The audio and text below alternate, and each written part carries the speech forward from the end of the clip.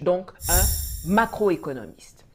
À côté de cela, il faut un spécialiste des comportements des marchés financiers, des achats et ventes de devises, de matières premières, des arbitrages sur les taux d'intérêt, sur les marchés primaires et secondaires de la dette. Donc, un bon gestionnaire de trésorerie. Troisièmement, il faut quelqu'un qui connaît bien les rouages de l'UEMOA, les flux de crédit, la réglementation bancaire de la zone BCAO-UEMOA, donc un banquier. Et enfin, il faut quelqu'un qui peut étudier, analyser les traités, les conventions, les accords entre les pays de la Confédération, entre les pays de l'Union, entre les pays de la Confédération et les pays de l'Union, entre les pays de l'Union et la France, entre la France et les pays de l'Union européenne, et entre tout ce monde et la Banque des règlements internationaux, la BRI, qu'on appelle aussi la Banque centrale des banques centrales. Il faut donc un avocat, un juriste en droit international public. À côté de cela, dans le deuxième cercle, il y a une équipe qui va intervenir plus tard, dans laquelle il est judicieux d'intégrer des gens qui sont en contact avec ceux qui vont être impactés par la politique monétaire, les populations. Des gens qui ont une bonne connaissance du monde du travail, qui gèrent l'emploi, le chômage, les salaires, les revenus. Donc, un représentant d'une intersyndicale et un représentant du patronat. S'ils sont intégrés en amont et comprennent les défis et enjeux, ce seront de bons agents pour naviguer le changement. Il faut également prévoir des diplomates qui, une fois que l'on a une bonne idée de là où on veut aller, seront mis en mission pour ouvrir les portes à l'international. Idéalement, il faut un profil Sherpa, c'est-à-dire quelqu'un de grande expérience, très discret, extrêmement bien réseauté, plus technique que politique. Et enfin, il faut quelqu'un qui saura proposer des stratégies et élaborer un discours de façon à sensibiliser, à rassurer, à gagner l'opinion. Un spécialiste en communication. Spécialiste en communication. Ensuite, dès que la rupture et le plan de sortie sont actés, on s'attache bien entendu les services de cabinet d'avocats internationaux et on lance le processus qui commencera par une lettre, celle adressée par les chefs d'État sortants à la France. Ça, c'est la partie la plus facile. Alors peut-être que je dis ça comme ça parce que c'est mon métier. Vous me connaissez comme activiste, mais en réalité, j'ai fait carrière comme directrice des ressources humaines dans de très grosses multinationales. Peut-être que je devrais d'ailleurs faire une vidéo pour me présenter, vu que vous êtes des centaines de milliers à nous avoir rejoints ces derniers temps. Mais alors, si c'est si facile, pourquoi est-ce que ça dure tant? Eh bien, parce que nos chefs d'État ont décidé de ne pas se rater. Il y a deux architectures qui s'offrent à eux. La monnaie unique dans le modèle de la fédération ou de l'État unitaire, comme les États-Unis, la Suisse, la Russie, la Chine, l'Inde, le Nigeria, le Brésil, et celle dans le modèle actuel de l'UEMOA ou de la zone euro, où chaque pays a son budget, chacun a son président, chacun fait ce qu'il veut et certains paient les pots cassés.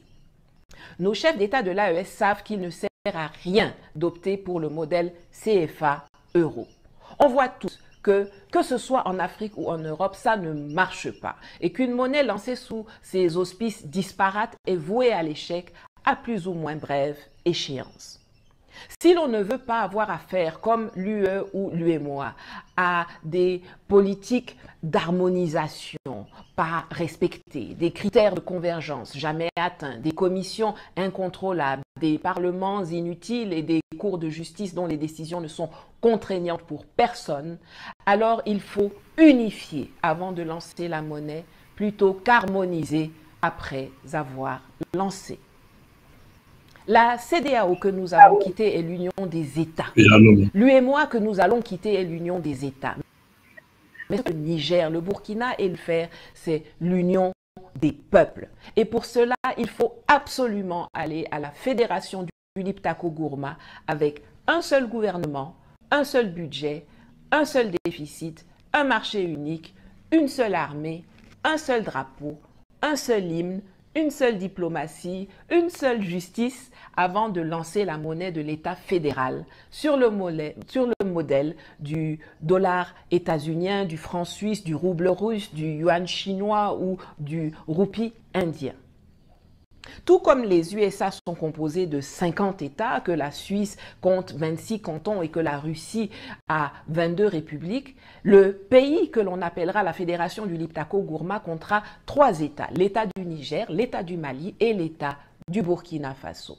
Et de la même façon que les États du Texas ou de Californie n'ont pas d'ambassadeur à Paris, mais que les États-Unis ont un ambassadeur en France qui représente tous les États américains, de la même façon que le canton de Zurich ou le canton de Genève n'ont pas d'ambassadeur à Pékin, mais que la Suisse a un ambassadeur en Chine qui représente tous les cantons de la Confédération helvétique, de la même façon que la République de Tchétchénie ou la République du Daghestan n'ont pas d'ambassadeur à Pretoria, mais que la Russie a un ambassadeur en Afrique du Sud qui représente toutes les républiques de la Fédération de Russie, eh bien, de la même façon, l'État du Mali ou l'État du Burkina Faso n'auront pas d'ambassadeur à Bruxelles, mais il y aura un ambassadeur du Liptako-Gourma auprès de l'Union européenne qui représentera les 3 États de la Fédération. C'est à cela que nos chefs d'État travaillent et c'est pour cela que ça prend un peu de temps. Les peuples sont déjà prêts, ils sont déjà intégrés. On comprend donc qu'ils soient impatients. Mais il faut un peu plus de temps pour que ça s'ajuste à tous les niveaux afin d'assurer un lancement sur des bases économiques et politiques solides. Prenons la diplomatie. On est parti du stade où chacun des pays menait sa diplomatie individuellement au stade intermédiaire où nous sommes aujourd'hui, où nous voyons nos 3 ministres des Affaires étrangères participer ensemble à des événements comme le Forum d'Antalya, ou être reçus ensemble par Sergueï Lavrov à Moscou ou par le roi du Maroc, Mohamed VI. Le stade final sera qu'il n'y aura plus qu'un seul ministre des Affaires étrangères qui représentera les 3 États de la Fédération. Pareil pour le domaine militaire où nous sommes au stade intermédiaire d'un seul théâtre confédéral des opérations avant d'arriver au stade final d'une seule et même armée avec des soldats portant le même uniforme et répondant au même état-major de Banfora à Ngourti en passant par Gao. Vous entendez qu'on est en train de mettre en place une centrale d'achat commune à l'AES, une banque d'investissement, qu'on travaille sur des projets d'infrastructure et de transport, d'énergie communs pour favoriser les échanges et créer un marché unique. Tout cela est la préparation qui précède le lancement de la monnaie unique dans un État unitaire. Nous sommes passés de l'individualité à l'union et nous nous dirigeons vers l'unité. Nos chefs d'État sont naturellement conscients que rester dans le franc CFA donne l'occasion à nos ennemis de nous porter des coups sévères. La France peut imprimer des francs CFA en masse pour les distribuer à ses copains terroristes qu'elle a semés et qu'elle entretient au Sahel. Ils savent aussi ce que beaucoup ignorent peut-être, parce que ce n'est pas un épisode qui est enseigné dans nos cursus scolaires, hélas. Mais il y a un précédent, l'opération Persil en Guinée en 1959. J'ai fait toute une vidéo sur ce sujet que vous trouverez sur ma chaîne YouTube. Ça s'affiche quelque part à l'écran, mais en voici un extrait. À l'époque comme aujourd'hui, les Européens ont tendance à faire corps avec la France, tandis que de son côté, Sékou Touré se rapproche du bloc de l'Est. L'URSS, la Chine et le Ghana sont d'ailleurs les premiers à reconnaître la Guinée libre et Fidel Castro reçoit en visite officielle à Cuba en 1960 un Sékou Touré qui a décidé d'abandonner le CFA et de doter son pays de sa propre monnaie. Plusieurs complots, dont 2 planifiant l'élimination physique du président guinéen, ont échoué, ce qui n'a pas pour autant découragé les services secrets français et leurs alliés, des Guinéens de la diaspora installés à Dakar, le QG de l'opération Persil, du nom d'une lessive célèbre à l'époque et qui existe encore aujourd'hui, puisqu'il s'agissait pour eux de laver l'affront. Deux antennes, une à Tambacounda au Sénégal et une à Abidjan, ainsi que deux sous-antennes en Côte d'Ivoire, une à Mans et une à Odiéné, sont ouvertes. Évidemment, dès qu'il est question d'aider la France à déstabiliser l'Afrique, la Côte d'Ivoire et le Sénégal ont toujours été de bons relais. La France arme et entraîne des groupes d'exilés guinéens s'opposant au nouveau président, met en place un dispositif de propagande et fomente et finance des insurrections. Mais surtout, après avoir fait piller par l'armée française les coffres de l'agence de la BCEAO à Conakry dans la journée du 28 septembre 58, la date du référendum, et en plus de faire en sorte que les francs CFA restés en Guinée ne puissent plus être utilisés ni au Sénégal ni au Mali, elle va décider d'inonder le pays de faux billets de francs guinéens fabriqués par le SDECE, devenu depuis la DGSE, la Direction Générale de la Sécurité de l'Extérieur, pour faire s'écrouler la jeune économie. Comme d'habitude, la France n'est jamais vraiment créative quand il s'agit de ses opérations de nuisance en Afrique. Elle s'inspire toujours du pire.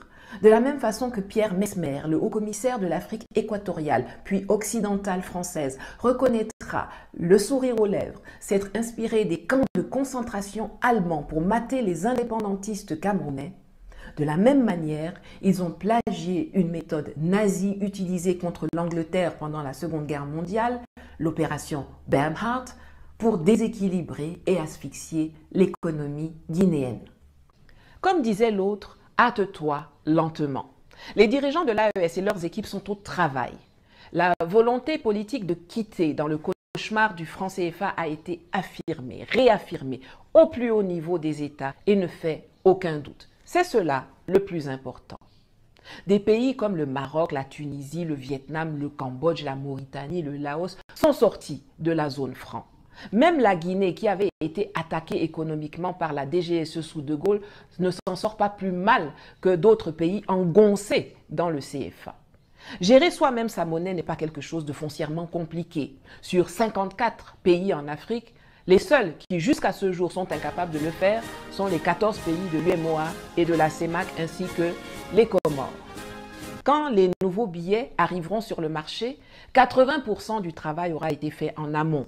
Sécuriser le territoire, définir les statuts de la Banque centrale, la valeur et la dénomination des coupures, la création d'un marché unique pour consolider les fondements économiques. Dès lors que cela sera prêt selon un chronogramme que l'on ne va pas divulguer, mais qui tient compte de l'urgence, qui tient compte des opportunités et des dangers du moment géopolitique dans lequel nous nous trouvons, tout ira très vite et selon le plan.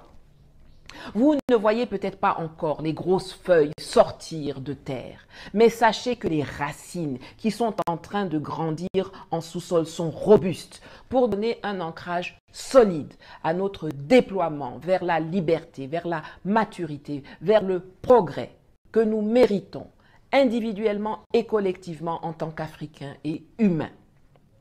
Voilà, c'est tout pour aujourd'hui. N'oubliez pas de vous abonner, de liker, de partager et de commenter cette émission pour combattre l'algorithme qui nous invisibilise sur YouTube et Facebook. Et si vous le pouvez, de contribuer aussi à mes canaux. Commentez cette vidéo et partagez la vidéo. Merci.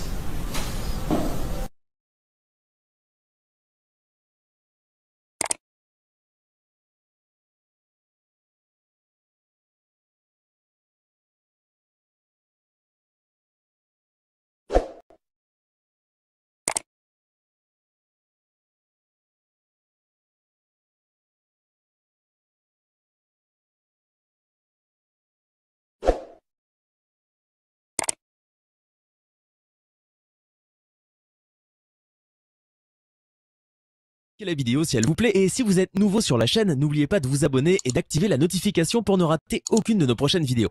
On commence. Le Congo ne tombera jamais. Salut, c'est ton frère Jacques Nkana. Je viens avec cette vidéo afin de vous présenter les femmes qui font peur aux impérialismes, ces femmes qui font peur aux ennemis de l'Afrique. Parmi ces femmes, je vous présenterai d'abord Nathalie Yamba. Elle est bénie d'une haute sagesse venant du ciel. Sa façon de parler, elle m'a inspiré et elle est en train de changer ma façon de voir les choses vis-à-vis de l'Afrique. Et je me demande si nous avons de ces genres, de telles femmes ici en Afrique, l'Afrique subira un grand changement au niveau de la sagesse, de l'intelligence et de la connaissance. Mesdames et messieurs, l'Afrique désire voir des femmes qui inspirent d'une manière positive. Et parmi ces femmes, je vous présente maintenant Nathalie Yamba. Je vous promets que vous ne serez. Bonjour, je m'appelle Nathalie Yamba. Ce qui m'a poussée à faire cette émission aujourd'hui, c'est un incident qui s'est déroulé il y a quelques jours. Mais repartons d'abord un peu plus loin dans le temps. Le 17 janvier 2023, lors d'une interview qu'il accordait à André Berkoff sur Sud Radio, à l'occasion de la sortie de son autobiographie intitulée « Mes souvenirs pour l'avenir », le président du Congo, Denis Sassou Nguesso, disait ceci. C'est passé comme un grain de sable. Et c'est quoi? Qu'est-ce qui s'est passé? Mais peut-être que les jeunes générations aujourd'hui n'acceptent pas que les forces qui veulent le statu quo de néocolonialisme, du paternalisme, des jeunes, c'est souvent les jeunes, ils ne sont plus d'accord. On peut faire l'effort, non? D'aller vers les formes nouvelles de relations entre les États d'Afrique et les autres. Je crois que les jeunes se battent pour obtenir cela. À votre avis, est-ce que les politiques, je dirais, que vous rencontrez... Vous parlez des Africains? Alors, je parle des Africains et des Français. Est-ce que les politiques africains, alors je ne veux pas généraliser, mais enfin, est-ce qu'ils ont pris conscience de ce que vous avez pris compte de ce que vous décrivez? Je pense que oui, parce que je ne vois pas comment quelqu'un peut être dirigeant dans un pays sans tenir compte de l'opinion dominante dans le pays. Je pense que oui. Entendre cela de la bouche d'un des piliers de la France-Afrique était extrêmement porteur d'espoir. Un des vieillards qui dirige l'Afrique centrale, ex-putschiste et général d'armée de surcroît, semblait enfin trouver un peu de dignité sur ses vieux jours et vouloir sauter dans le train en marche de la conquête de notre souveraineté que nous avions remis sur les rails depuis Sochi en octobre 2019. Après 40 ans au pouvoir, Sassou Nguesso reconnaissait donc que notre combat est le bon combat et qu'il est vain pour un dirigeant de vouloir s'opposer à la volonté de changement, d'émancipation, d'autodétermination de la jeunesse africaine dont nous portons la voix par-delà les continents. C'est donc tout à fait sereinement que mon sang et frère de lutte, Kémy Séba, avait choisi Brazzaville pour tenir une conférence de presse, je dis bien une conférence de presse, pas un meeting, sur le franc CFA, le 31 mars 2025. Or, non seulement il a été empêché de le faire, il a été arrêté, interrogé pendant plusieurs heures par les renseignements généraux avant d'être expulsé vers Kinshasa, mais en plus, 15 jours plus tard, voilà ce à quoi nous avons eu droit lorsque le porte-parole du gouvernement congolais a été interrogé à son sujet. On écoute, c'est un best-of.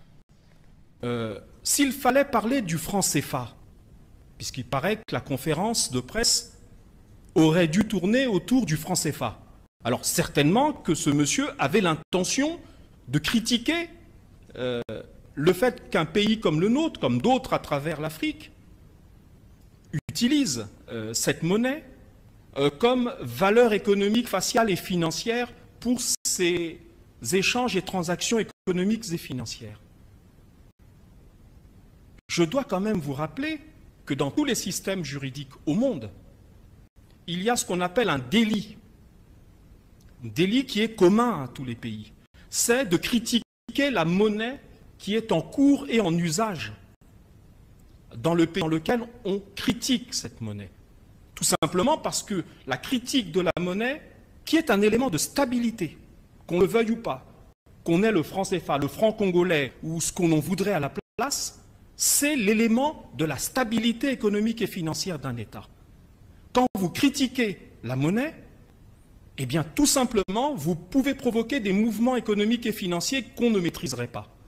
Je crois qu'aucun de nos compatriotes, à ce stade, et compte tenu de toutes les difficultés que vous évoquez par ailleurs, n'a envie que notre pays ajoute au reste des difficultés que nous avons, cette difficulté qui consisterait à déprécier ou à rendre la monnaie moins sûre que ce qu'elle n'est aujourd'hui.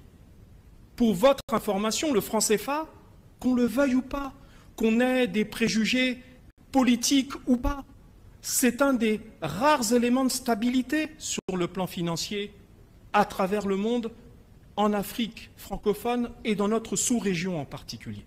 Voilà, je crois qu'il ne faut pas jouer avec la monnaie. Essayez-vous de vous rendre dans un pays développé, n'importe lequel. Allez à Washington, aux États-Unis, qui est un des pays de la liberté de l'expression, de la communication, de l'information, et critiquez le dollar. Et vous verrez combien de temps il se passera entre le moment où vous ferez votre point de presse et le moment où les services de sécurité de ce pays viendront arrêter votre point de presse. Voilà, c'est tout simple. Hein. Ce sont des questions hautement stratégiques, des questions hautement politiques sur lesquelles on ne joue pas. Vous avez entendu? J'ai d'abord cru que c'était un sketch, puis qu'il s'agissait d'un individu qui s'était échappé d'un cirque ou d'un asile psychiatrique pour usurper la place du porte-parole. Mais non, le bonhomme-là qui vient de débiter une ânerie après l'autre est bel et bien le ministre franco-congolais de la communication et des médias, Thierry Lézin Mongala. Le type affirme, sans rougir, que critiquer la monnaie est un délit partout dans le monde. Papa, il faut arrêter de boire le vin ou de sniffer de la cocaïne avant de prendre la parole en public. Jusqu'à tu vas prendre l'exemple des États-Unis. Ouais, on sait que le ridicule ne tue pas, mais il faut quand même avoir pitié de tes enfants et de tes proches. Et à cet instant de l'émission, je voudrais convoquer Denis Sassou Nguesso. Tonton, viens. Qu'est-ce que le type-là, qui est l'antithèse du changement, le défenseur de l'immobilisme et de l'ancien système france-africain, qu'est-ce qu'il fait dans ton gouvernement? Tonton, le papa là te contredit et puis il n'y a rien? Ou bien c'est toi qui nous mentais sur Sud Radio il y a 2 ans? Mongala nous dit par ailleurs que le franc CFA est un élément de stabilité des pays qui l'utilisent. Un tour d'horizon nous permet de voir rapidement que la seule stabilité que le franc CFA a apporté à ces pays est leur ancrage stable dans la pauvreté, le sous-développement, la violence, la corruption et la malgouvernance. Mais soyons charitables. Là où je suis d'accord avec le monsieur, c'est quand il dit que la monnaie c'est hautement stratégique. En effet, ça l'est. Mais Mongala et moi n'utilisons pas ce mot pour les mêmes raisons. Lui le prend comme argument d'autorité pour disqualifier toute critique et réserver le droit d'en discuter à quelques élus désignés par son cerveau. Et pourtant, qui est mieux placé pour parler de monnaie que ceux qui l'utilisent au quotidien? Le vendeur de kilichi, la commerçante au marché, l'employé qui paye son loyer, la femme au foyer qui gère la ration, l'entrepreneur qui paie les salaires ou qui achète des matières premières. Ah, Mongala! Moi, je parle de hautement stratégique parce que les 2 leviers sur lesquels un État s'appuie pour financer son économie sont le budget et la monnaie. Or, le franc CFA étant arrimé à l'euro, c'est la Banque centrale européenne qui définit la politique monétaire de la zone euro et par ricochet du franc CFA en ne tenant compte que des paramètres, que des besoins, des défis, des challenges européens. Le CFA est comme une charrette qui est traînée derrière. Eux, ils gèrent leurs problèmes et nous, nous les subissons. Les tensions dues aux disparités des réalités économiques se font ressentir lourdement. Alors que l'euro a été configuré pour les besoins d'une grosse économie comme l'Allemagne, des pays moins industrialisés et économiquement moins solides, comme le Portugal, la Grèce ou l'Espagne, ont du mal à s'en sortir avec cette monnaie forte. Alors vous imaginez bien que nos pays, qui sont derrière comme les fesses en matière d'industrialisation, ne peuvent que se noyer dans le succédané africain de l'euro. Donc, effectivement, la question du franc CFA est éminemment stratégique et doit être traitée avec sérieux, ce que le sinistre Mungala ne fait pas en racontant des bêtises. Et son caractère stratégique exige que la monnaie soit une institution gérée en toute souveraineté. Sinon, c'est la stratégie des autres et ses effets qui s'appliquent à nous. C'est donc non seulement un devoir de critiquer le franc CFA, mais également une obligation de s'en débarrasser. Et c'est pourquoi il est attendu des États de la Confédération des États de l'Alliance du Sahel qui sont en plein dans la conquête de leur souveraineté dans les domaines sanitaires, miniers, militaires, alimentaires, etc., qu'ils sortent de cette monnaie coloniale et en lancent une nouvelle. Alors, pourquoi cela tarde-t-il tant? Eh bien, c'est parce qu'il y a beaucoup de travail à faire. On va regarder ensemble maintenant de quoi il s'agit. Il faut d'abord constituer des équipes qui vont travailler sur la question. Premièrement, le noyau dur, le cœur de l'équipe. 4 profils. Quelqu'un qui travaille sur les questions de monnaie, de balance de paiement, d'inflation, de chômage. Donc, un macroéconomiste. À côté de cela, il faut un spécialiste des comportements des marchés financiers, des achats et ventes de devises, de matières premières, des arbitrages sur les taux d'intérêt, sur les marchés primaires et secondaires de la dette. Donc, un bon gestionnaire de trésorerie. Troisièmement, il faut quelqu'un qui connaît bien les rouages de l'UEMOA, les flux de crédit, la réglementation bancaire de la zone BCEAO-UEMOA. Donc, un banquier.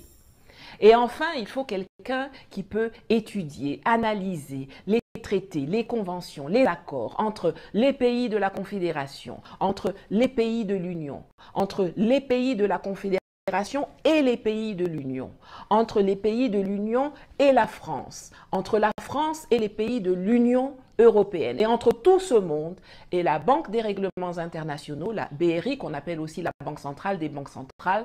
Il faut donc un avocat, un juriste en droit international public. À côté de cela, dans le deuxième cercle, il y a une équipe qui va intervenir plus tard, dans laquelle il est judicieux d'intégrer des gens qui sont en contact avec ceux qui vont être impactés par la politique monétaire, les populations. Des gens qui ont une bonne connaissance du monde du travail, qui gèrent l'emploi, le chômage, les salaires, les revenus. Donc, un représentant d'une intersyndicale et un représentant du patronat. S'ils sont intégrés en amont et comprennent les défis et enjeux, ce seront de bons agents pour naviguer le changement. Il faut également prévoir des diplomates qui, une fois que l'on a une bonne idée de là où on veut aller, seront mis en mission pour ouvrir les portes à l'international. Idéalement, il faut un profil Sherpa, c'est-à-dire quelqu'un de grande expérience, très discret, extrêmement bien réseauté, plus technique que politique. Et enfin, il faut quelqu'un qui saura proposer des stratégies et élaborer un discours de façon à sensibiliser, à rassurer, à gagner l'opinion. Un spécialiste en communication. Spécialiste en communication. Ensuite, dès que la rupture et le plan de sortie sont actés, on s'attache bien entendu les services de cabinet d'avocats internationaux et on lance le processus qui commencera par une lettre, celle adressée par les chefs d'État sortant à la France. Ça, c'est la partie la plus facile. Alors peut-être que je dis ça comme ça parce que c'est mon métier. Vous me connaissez comme activiste, mais en réalité, j'ai fait carrière comme directrice des ressources humaines dans de très grosses multinationales. Peut-être que je devrais d'ailleurs faire une vidéo pour me présenter, vu que vous êtes des centaines de milliers à nous avoir rejoints ces derniers temps. Mais alors, si c'est si facile, pourquoi est-ce que ça dure tant? Eh bien, parce que nos chefs d'État ont décidé de ne pas se rater. Il y a 2 architectures qui s'offrent à eux. La monnaie unique dans le modèle de la fédération ou de l'État unitaire, comme les États-Unis, la Suisse, la Russie, la Chine, l'Inde, le Nigeria, le Brésil, et celle dans le modèle actuel de l'UEMOA ou de la zone euro, où chaque pays a son budget, chacun a son président, chacun fait ce qu'il veut et certains paient les pots cassés. Nos chefs d'État de l'AES savent qu'il ne sert à rien d'opter pour le modèle CFA-euro. On voit tous que ce soit en Afrique ou en Europe, ça ne marche pas. Et qu'une monnaie lancée sous ces auspices disparates est vouée à l'échec à plus ou moins brève échéance. Si l'on ne veut pas avoir affaire, comme l'UE ou l'UEMOA, à des politiques d'harmonisation pas respectées, des critères de convergence jamais atteints, des commissions incontrôlables, des parlements inutiles et des cours de justice dont les décisions ne sont contraignantes pour personne, alors il faut unifier avant de lancer la monnaie plutôt qu'harmoniser après avoir lancé. La CEDEAO que nous avons quittée est l'union des États. L'UEMOA que nous allons quitter est l'union des États. Mais ce que le Niger, le Burkina et le Mali veulent faire, c'est l'union des peuples. Et pour cela, il faut absolument aller à la fédération du Liptako-Gourma avec un seul gouvernement, un seul budget, un seul déficit, un marché unique, une seule armée, un seul drapeau, un seul hymne, une seule diplomatie, une seule justice avant de lancer la monnaie de l'État fédéral sur le modèle du dollar états-unien, du franc suisse, du rouble russe, du yuan chinois ou du roupie indien. Tout comme les USA sont composés de 50 États, que la Suisse compte 26 cantons et que la Russie a 22 républiques, le pays que l'on appellera la Fédération du Liptako-Gourma comptera 3 États, l'État du Niger, l'État du Mali et l'État du Burkina Faso.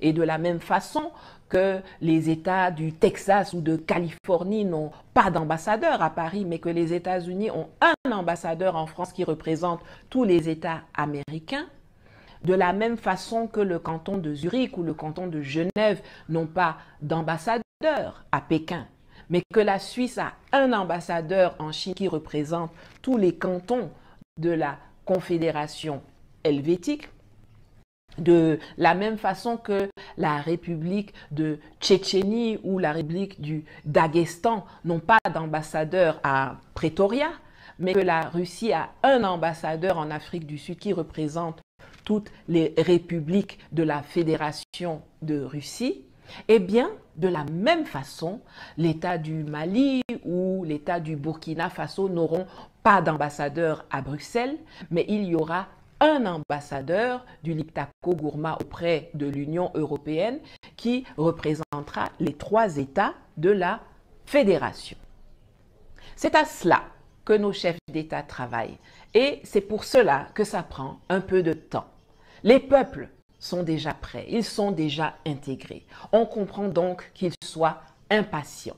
Mais il faut un peu plus de temps pour que ça s'ajuste à tous les niveaux afin d'assurer un lancement sur des bases économiques et politiques solides. Prenons la diplomatie. On est parti du stade où chacun des pays menait sa diplomatie individuellement au stade intermédiaire où nous sommes aujourd'hui, où nous voyons nos 3 ministres des Affaires étrangères participer ensemble à des événements comme le Forum d'Antalya, ou être reçus ensemble par Sergueï Lavrov à Moscou ou par le roi du Maroc Mohamed VI. Le stade final sera qu'il n'y aura plus qu'un seul ministre des Affaires étrangères qui représentera les 3 États de la Fédération. Pareil pour le domaine militaire où nous sommes au stade intermédiaire d'un seul théâtre confédéral des opérations avant d'arriver au stade final d'une seule et même armée avec des soldats portant le même uniforme et répondant au même état-major de Banfora à Ngourti en passant par Gao. Vous entendez qu'on est en train de mettre en place une centrale d'achat commune à l'AES, une banque d'investissement, qu'on travaille sur des projets d'infrastructure et de transport, d'énergie communs pour favoriser les échanges et créer un marché unique. Tout cela est la préparation qui précède le lancement de la monnaie unique dans un État unitaire. Nous sommes passés de l'individualité à l'union et nous nous dirigeons vers l'unité. Nos chefs d'État sont naturellement conscients que rester dans le franc CFA donne l'occasion à nos ennemis de nous porter des coups sévères. La France peut imprimer des francs CFA en masse pour les distribuer à ses copains terroristes qu'elle a semés et qu'elle entretient au Sahel. Ils savent aussi ce que beaucoup ignorent peut-être, parce que ce n'est pas un épisode qui est enseigné dans nos cursus scolaires, hélas. Mais il y a un précédent, l'opération Persil en Guinée en 1959. J'ai fait toute une vidéo sur ce sujet que vous trouverez sur ma chaîne YouTube. Ça s'affiche quelque part à l'écran, mais en voici un extrait. À l'époque comme aujourd'hui, les Européens ont tendance à faire corps avec la France, tandis que de son côté, Sékou Touré se rapproche du bloc de l'Est. L'URSS, la Chine et le Ghana sont d'ailleurs les premiers à reconnaître la Guinée libre et Fidel Castro reçoit en visite officielle à Cuba en 1960 un Sékou Touré qui a décidé d'abandonner le CFA et de doter son pays de sa propre monnaie. Plusieurs complots, dont 2 planifiant l'élimination physique du président guinéen, ont échoué, ce qui n'a pas pour autant découragé les services secrets français et leurs alliés, des Guinéens de la diaspora installés à Dakar, le QG de l'opération Persil, du nom d'une lessive célèbre à l'époque et qui existe encore aujourd'hui, puisqu'il s'agissait pour eux de laver l'affront. Deux antennes, une à Tambacounda au Sénégal et une à Abidjan, ainsi que 2 sous-antennes en Côte d'Ivoire, une à Mans et une à Odiéné, sont ouvertes. Évidemment, dès qu'il est question d'aider la France à déstabiliser l'Afrique, la Côte d'Ivoire et le Sénégal ont toujours été de bons relais. La France arme et entraîne des groupes d'exilés guinéens s'opposant au nouveau président, met en place un dispositif de propagande et fomente et finance des insurrections.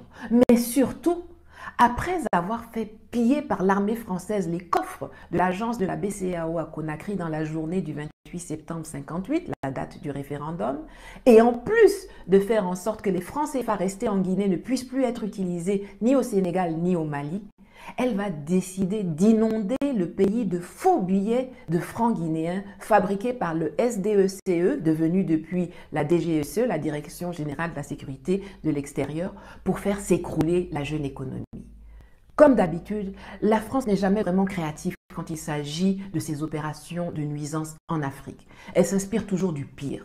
De la même façon que Pierre Messmer, le haut-commissaire de l'Afrique équatoriale, puis occidentale française, reconnaîtra, le sourire aux lèvres, s'être inspiré des camps de concentration allemands pour mater les indépendantistes camerounais, de la même manière, ils ont plagié une méthode nazie utilisée contre l'Angleterre pendant la Seconde Guerre mondiale, l'opération Bernhardt, pour déséquilibrer et asphyxier l'économie guinéenne. Comme disait l'autre, hâte-toi lentement. Les dirigeants de l'AES et leurs équipes sont au travail. La volonté politique de quitter dans le cauchemar du franc CFA a été affirmée, réaffirmée au plus haut niveau des États et ne fait aucun doute. C'est cela le plus important. Des pays comme le Maroc, la Tunisie, le Vietnam, le Cambodge, la Mauritanie, le Laos sont sortis de la zone franc. Même la Guinée, qui avait été attaquée économiquement par la DGSE sous De Gaulle, ne s'en sort pas plus mal que d'autres pays engoncés dans le CFA.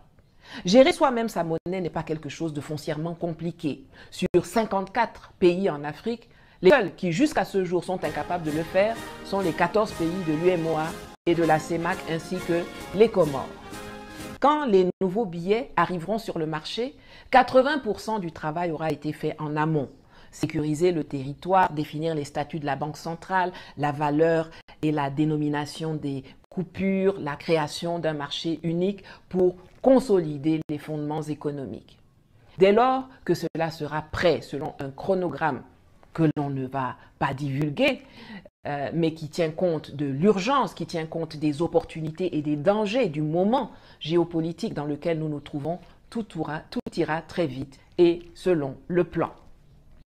Vous ne voyez peut-être pas encore les grosses feuilles sortir de terre, mais sachez que les racines qui sont en train de grandir en sous-sol sont robustes pour donner un ancrage solide à notre déploiement vers la liberté, vers la maturité, vers le progrès que nous méritons individuellement et collectivement en tant qu'Africains et humains. Voilà, c'est tout pour aujourd'hui. N'oubliez pas de vous abonner, de liker, de partager et de commenter cette émission pour combattre l'algorithme qui nous invisibilise sur YouTube et Facebook. Et si vous le pouvez, de contribuer aussi à mes canaux. Commentez cette vidéo et partagez la vidéo. Merci.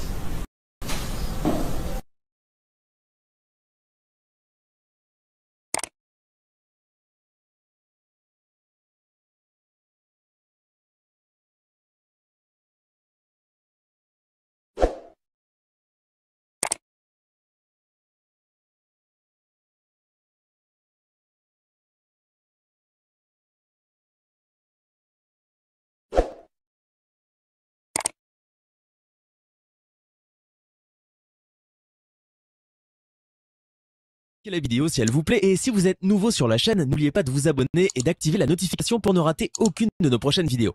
On commence. Le Congo ne tombera jamais. Salut, c'est ton frère Jacques Nkana. Je viens avec cette vidéo afin de vous présenter les femmes qui font peur aux impérialismes. Ces femmes qui font peur aux ennemis de l'Afrique. Parmi ces femmes, je vous présenterai d'abord Nathalie Yamba. Elle est bénie d'une haute sagesse venant du ciel. Sa façon de parler, elle m'a inspiré et elle est en train de changer ma façon de voir les choses vis-à-vis de l'Afrique.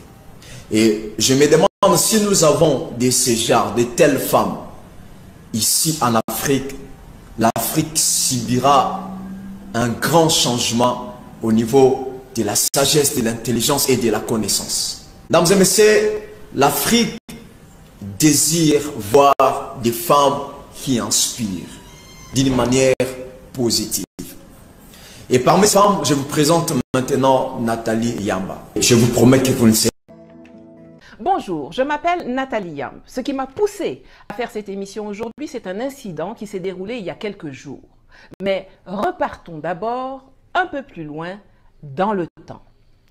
Le 17 janvier 2023, lors d'une interview qu'il accordait à André Berkoff sur Sud Radio, à l'occasion de la sortie de son autobiographie intitulée « Mes souvenirs pour l'avenir », le président du Congo, Denis Sassou Nguesso, disait ceci. C'est comme, c'est passé à comme un grain de sable. Et c'est quoi? C'est qu'est-ce qui s'est passé? Mais peut-être que les jeunes générations aujourd'hui n'acceptent pas que les forces qui veulent le statu quo du néocolonialisme, du paternalisme, des jeunes, c'est souvent les jeunes, ils ne sont plus d'accord. On peut faire l'effort, non? D'aller vers les formes nouvelles de relations entre les États d'Afrique et les autres. Je crois que les jeunes se battent pour obtenir cela. À votre avis, est-ce que les politiques, je dirais, que vous rencontrez... Vous parlez des Africains? Alors, je parle des Africains et des Français. Est-ce que les politiques africains, alors je ne veux pas généraliser, mais enfin, est-ce qu'ils ont pris conscience de ce que vous avez pris compte de ce que vous décrivez? Je pense que oui, parce que je ne vois pas comment quelqu'un pourrait être dirigeant dans un pays sans tenir compte de l'opinion dominante dans le pays. Je pense que oui. Entendre cela de la bouche d'un des piliers de la France-Afrique était extrêmement porteur d'espoir. Un des vieillards qui dirige l'Afrique centrale, ex-putschiste et général d'armée de surcroît, semblait enfin trouver un peu de dignité sur ses vieux jours et vouloir sauter dans le train en marche de la conquête de notre souveraineté que nous avions remis sur les rails depuis Sochi en octobre 2019. Après 40 ans au pouvoir, Sassou Nguesso reconnaissait donc que notre combat est le bon combat et qu'il est vain pour un dirigeant de vouloir s'opposer à la volonté de changement d'émancipation, d'autodétermination de la jeunesse africaine dont nous portons la voix par-delà les continents. C'est donc tout à fait sereinement que mon sang et frère de lutte, Kémy Séba, avait choisi Brazzaville pour tenir une conférence de presse, je dis bien une conférence de presse, pas un meeting, sur le franc CFA, le 31 mars 2025. Or, non seulement il a été empêché de le faire, il a été arrêté, interrogé pendant plusieurs heures par les renseignements généraux, avant d'être expulsé vers Kinshasa, mais en plus, 15 jours plus tard, voilà ce à quoi nous avons eu droit lorsque le porte-parole du gouvernement congolais a été interrogé à son sujet. On écoute, c'est un best-of. S'il fallait parler du franc CFA, puisqu'il paraît que la conférence de presse aurait dû tourner autour du franc CFA, alors certainement que ce monsieur avait l'intention de critiquer le fait qu'un pays comme le nôtre, comme d'autres à travers l'Afrique, utilise cette monnaie comme valeur économique faciale et financière pour ses échanges et transactions économiques et financières. Je dois quand même vous rappeler que dans tous les systèmes juridiques au monde, il y a ce qu'on appelle un délit qui est commun à tous les pays. C'est de critiquer la monnaie qui est en cours et en usage dans le pays dans lequel on critique cette monnaie. Tout simplement parce que la critique de la monnaie, qui est un élément de stabilité, qu'on le veuille ou pas, qu'on ait le franc CFA, le franc congolais ou ce qu'on en voudrait à la place, c'est l'élément de la stabilité économique et financière d'un État. Quand vous critiquez la monnaie, eh bien tout simplement, vous pouvez provoquer des mouvements économiques et financiers qu'on ne maîtriserait pas.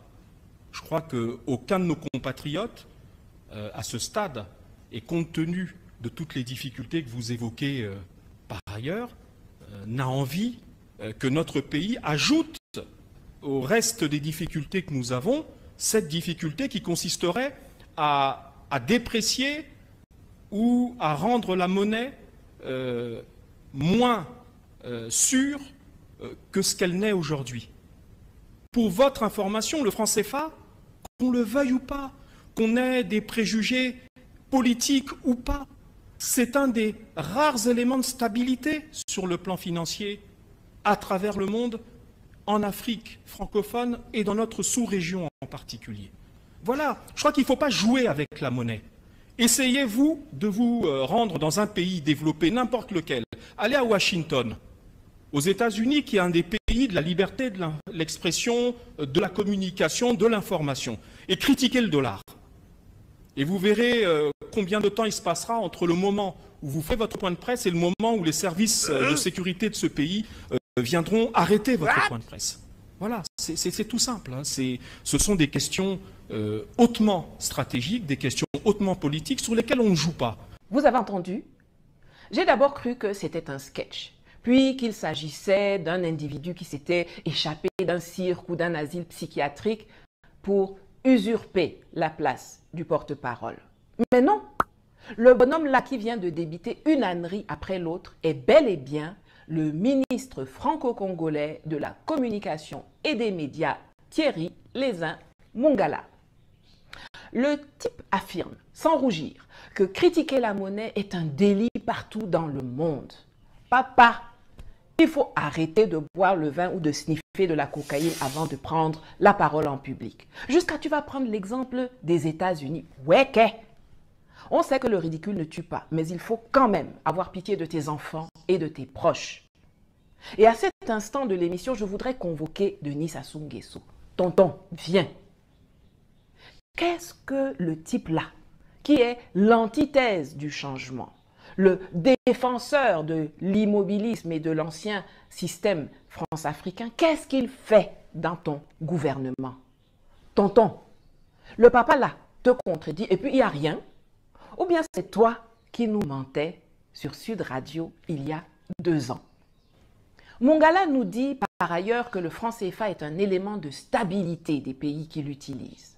Un tour d'horizon nous permet de voir rapidement que la seule stabilité que le franc CFA a apporté à ces pays est leur ancrage stable dans la pauvreté, le sous-développement, la violence, la corruption et la malgouvernance.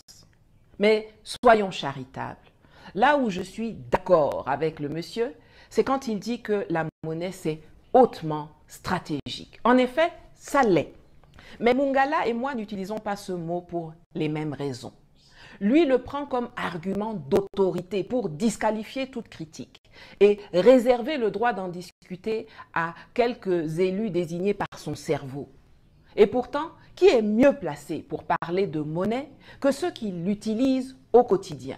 Le vendeur de kilichi, la commerçante au marché, l'employé qui paye son loyer, la femme au foyer qui gère la ration, l'entrepreneur qui paie les salaires ou qui achète des matières premières. Ah, Mungala!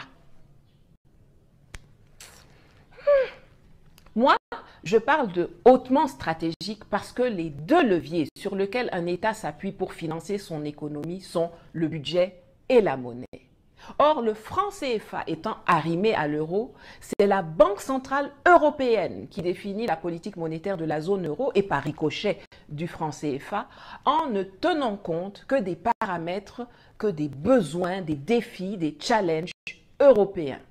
Le CFA est comme une charrette qui est traînée derrière. Eux, ils gèrent leurs problèmes et nous les subissons. Les tensions dues aux disparités des réalités économiques se font ressentir lourdement. Alors que l'euro a été configuré pour les besoins d'une grosse économie comme l'Allemagne, des pays moins industrialisés et économiquement moins solides comme le Portugal, la Grèce ou l'Espagne ont du mal à s'en sortir avec cette monnaie forte. Alors vous imaginez bien que nos pays, qui sont derrière comme les fesses en matière d'industrialisation, ne peuvent que se noyer dans le succédané africain de l'euro. Donc, effectivement, la question du franc CFA est éminemment stratégique et doit être traitée avec sérieux, ce que le sinistre Mungala ne fait pas en racontant des bêtises. Et son caractère stratégique exige que la monnaie soit une institution gérée en toute souveraineté. Sinon, c'est la stratégie des autres et ses effets qui s'appliquent à nous. C'est donc non seulement un devoir de critiquer le franc CFA, mais également une obligation de s'en débarrasser.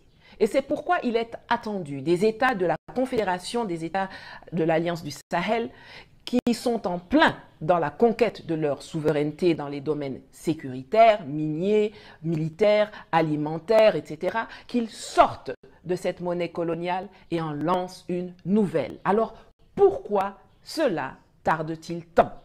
Eh bien, c'est parce qu'il y a beaucoup de travail à faire. On va regarder ensemble maintenant de quoi il s'agit. Il faut d'abord constituer des équipes qui vont travailler sur la question. Premièrement, le noyau dur, le cœur de l'équipe. 4 profils.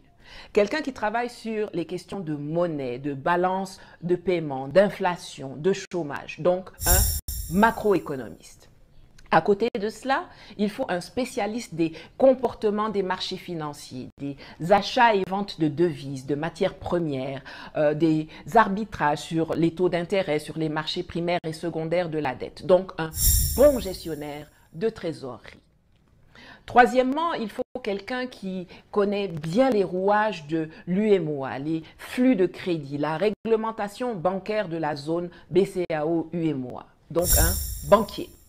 Et enfin, il faut quelqu'un qui peut étudier, analyser les traités, les conventions, les accords entre les pays de la Confédération, entre les pays de l'Union, entre les pays de la Confédération et les pays de l'Union, entre les pays de l'Union et la France, entre la France et les pays de l'Union européenne. Et entre tout ce monde et la Banque des règlements internationaux, la BRI, qu'on appelle aussi la Banque centrale des banques centrales, il faut donc un avocat, un juriste en droit international public. À côté de cela, dans le deuxième cercle, il y a une équipe qui va intervenir plus tard, dans laquelle il est judicieux d'intégrer des gens qui sont en contact avec ceux qui vont être impactés par la politique monétaire, les populations. Des gens qui ont une bonne connaissance du monde du travail, qui gèrent l'emploi, le chômage, les salaires, les revenus. Donc, un représentant d'une intersyndicale et un représentant du patronat. S'ils sont intégrés en amont et comprennent les défis et enjeux, ce seront de bons agents pour naviguer le changement. Il faut également prévoir des diplomates qui, une fois que l'on a une bonne idée de là où on veut aller, seront mis en mission pour ouvrir les portes à l'international. Idéalement, il faut un profil Sherpa, c'est-à-dire quelqu'un de grande expérience, très discret, extrêmement bien réseauté, plus technique que politique. Et enfin, il faut quelqu'un qui saura proposer des stratégies et élaborer un discours de façon à sensibiliser, à rassurer, à gagner l'opinion. Un spécialiste en communication. Spécialiste en communication. Ensuite, dès que la rupture et le plan de sortie sont actés, on s'attache bien entendu les services de cabinet d'avocats internationaux et on lance le processus qui commencera par une lettre, celle adressée par les chefs d'État sortant à la France. Ça, c'est la partie la plus facile. Alors peut-être que je dis ça comme ça parce que c'est mon métier. Vous me connaissez comme activiste, mais en réalité, j'ai fait carrière comme directrice des ressources humaines dans de très grosses multinationales. Peut-être que je devrais d'ailleurs faire une vidéo pour me présenter, vu que vous êtes des centaines de milliers à nous avoir rejoints ces derniers temps. Mais alors, si c'est si facile, pourquoi est-ce que ça dure tant? Eh bien, parce que nos chefs d'État ont décidé de ne pas se rater. Il y a deux architectures qui s'offrent à eux. La monnaie unique dans le modèle de la fédération ou de l'État unitaire, comme les États-Unis, la Suisse, la Russie, la Chine, l'Inde, le Nigeria, le Brésil, et celle dans le modèle actuel de l'UEMOA ou de la zone euro, où chaque pays a son budget, chacun a son président, chacun fait ce qu'il veut et certains paient les pots cassés. Nos chefs d'État de l'AES savent qu'il ne sert à rien d'opter pour le modèle CFA-euro. On voit tous que ce soit en Afrique ou en Europe, ça ne marche pas. Et qu'une monnaie lancée sous ces auspices disparates est vouée à l'échec à plus ou moins brève échéance. Si l'on ne veut pas avoir affaire, comme l'UE ou l'UEMOA, à des politiques d'harmonisation pas respectées, des critères de convergence jamais atteints, des commissions incontrôlables, des parlements inutiles et des cours de justice dont les décisions ne sont contraignantes pour personne, alors il faut unifier avant de lancer la monnaie plutôt qu'harmoniser après avoir lancé. La CEDEAO que nous avons quittée est l'union des États. L'UEMOA que nous allons quitter est l'union des États. Mais ce que le Niger, le Burkina et le Mali veulent faire, c'est l'union des peuples. Et pour cela, il faut absolument aller à la fédération du Liptako-Gourma avec un seul gouvernement, un seul budget, un seul déficit, un marché unique, une seule armée, un seul drapeau, un seul hymne, une seule diplomatie, une seule justice avant de lancer la monnaie de l'État fédéral sur le modèle du dollar états-unien, du franc suisse, du rouble russe, du yuan chinois ou du roupie indien. Tout comme les USA sont composés de 50 États, que la Suisse compte 26 cantons et que la Russie a 22 républiques, le pays que l'on appellera la Fédération du Liptako-Gourma comptera 3 États, l'État du Niger, l'État du Mali et l'État du Burkina Faso.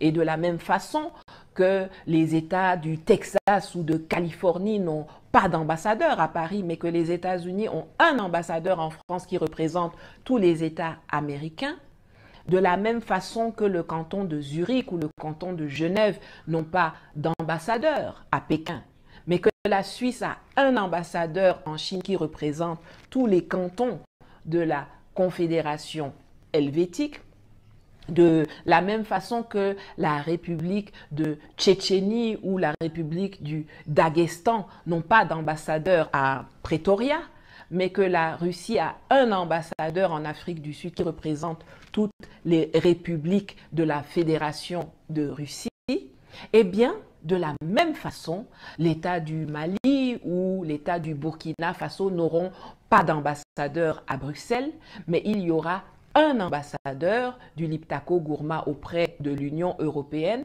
qui représentera les 3 États de la Fédération. C'est à cela que nos chefs d'État travaillent. Et c'est pour cela que ça prend un peu de temps. Les peuples sont déjà prêts, ils sont déjà intégrés. On comprend donc qu'ils soient impatients. Mais il faut un peu plus de temps pour que ça s'ajuste à tous les niveaux afin d'assurer un lancement sur des bases économiques et politiques solides. Prenons la diplomatie. On est parti du stade où chacun des pays menait sa diplomatie individuellement au stade intermédiaire où nous sommes aujourd'hui, où nous voyons nos 3 ministres des Affaires étrangères participer ensemble à des événements comme le Forum d'Antalya, ou être reçus ensemble par Sergueï Lavrov à Moscou ou par le roi du Maroc Mohamed VI. Le stade final sera qu'il n'y aura plus qu'un seul ministre des Affaires étrangères qui représentera les 3 États de la fédération. Pareil pour le domaine militaire où nous sommes au stade intermédiaire d'un seul théâtre confédéral des opérations avant d'arriver au stade final d'une seule et même armée avec des soldats portant le même uniforme et répondant au même état-major de Banfora à Ngourti en passant par Gao. Vous entendez qu'on est en train de mettre en place une centrale d'achat commune à l'AES, une banque d'investissement, qu'on travaille sur des projets d'infrastructure et de transport, d'énergie communs pour favoriser les échanges et créer un marché unique. Tout cela est la préparation qui précède le lancement de la monnaie unique dans un État unitaire. Nous sommes passés de l'individualité à l'union et nous nous dirigeons vers l'unité. Nos chefs d'État sont naturellement conscients que rester dans le franc CFA donne l'occasion à nos ennemis de nous porter des coups sévères. La France peut imprimer des francs CFA en masse pour les distribuer à ses copains terroristes qu'elle a semés et qu'elle entretient au Sahel. Ils savent aussi ce que beaucoup ignorent peut-être, parce que ce n'est pas un épisode qui est enseigné dans nos cursus scolaires, hélas. Mais il y a un précédent. L'opération Persil en Guinée en 1959. J'ai fait toute une vidéo sur ce sujet que vous trouverez sur ma chaîne YouTube. Ça s'affiche quelque part à l'écran, mais en voici un extrait. À l'époque comme aujourd'hui, les Européens ont tendance à faire corps avec la France, tandis que de son côté, Sékou Touré se rapproche du bloc de l'Est. L'URSS, la Chine et le Ghana sont d'ailleurs les premiers à reconnaître la Guinée libre et Fidel Castro reçoit en visite officielle à Cuba en 1960 un Sékou Touré qui a décidé d'abandonner le CFA et de doter son pays de sa propre monnaie. Plusieurs complots, dont 2 planifiant l'élimination physique du président guinéen, ont échoué, ce qui n'a pas pour autant découragé les services secrets français et leurs alliés, des Guinéens de la diaspora installés à Dakar, le QG de l'opération Persil, du nom d'une lessive célèbre à l'époque et qui existe encore aujourd'hui, puisqu'il s'agissait pour eux de laver l'affront. Il s'agissait pour eux de laver l'affront. 2 antennes, une à Tambacounda au Sénégal et une à Abidjan, ainsi que 2 sous-antennes en Côte d'Ivoire, une à Mans et une à Odiéné, sont ouvertes. Évidemment, dès qu'il est question d'aider la France à déstabiliser l'Afrique, la Côte d'Ivoire et le Sénégal ont toujours été de bons relais. La France arme et entraîne des groupes d'exilés guinéens s'opposant au nouveau président, met en place un dispositif de propagande et fomente et finance des insurrections.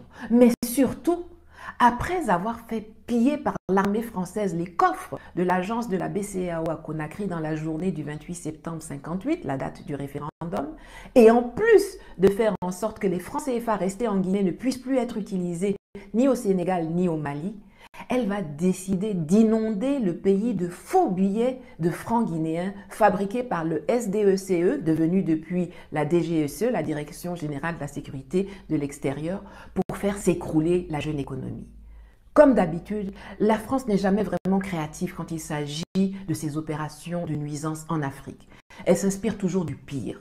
De la même façon que Pierre Messmer, le haut-commissaire de l'Afrique équatoriale, puis occidentale française, reconnaîtra, le sourire aux lèvres, s'être inspiré des camps de concentration allemands pour mater les indépendantistes camerounais, de la même manière, ils ont plagié une méthode nazie utilisée contre l'Angleterre pendant la Seconde Guerre mondiale, l'opération Bernhardt, pour déséquilibrer et asphyxier l'économie guinéenne.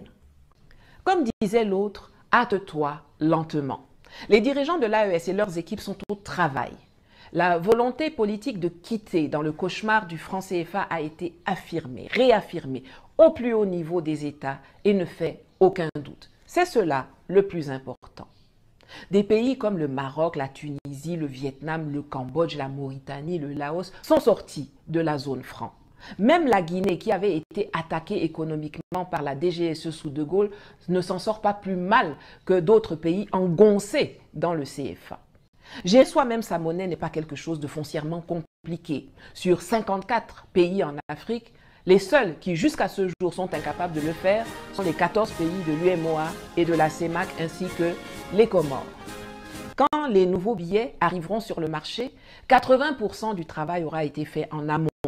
Sécuriser le territoire, définir le statut de la Banque centrale, la valeur et la dénomination des coupures, la création d'un marché unique pour consolider les fondements économiques. Dès lors que cela sera prêt selon un chronogramme que l'on ne va pas divulguer, mais qui tient compte de l'urgence, qui tient compte des opportunités et des dangers du moment géopolitique dans lequel nous nous trouvons, tout ira très vite et selon le plan. Vous ne voyez peut-être pas encore les grosses feuilles sortir de terre, mais sachez que les racines qui sont en train de grandir en sous-sol sont robustes pour donner un ancrage solide à notre déploiement vers la liberté, vers la maturité, vers le progrès que nous méritons individuellement et collectivement en tant qu'Africains et humains. Voilà, c'est tout pour aujourd'hui. N'oubliez pas de vous abonner, de liker, de partager et de commenter cette émission pour combattre l'algorithme qui nous invisibilise sur YouTube et Facebook. Et si vous le pouvez, de contribuer aussi à mes canaux. Commentez,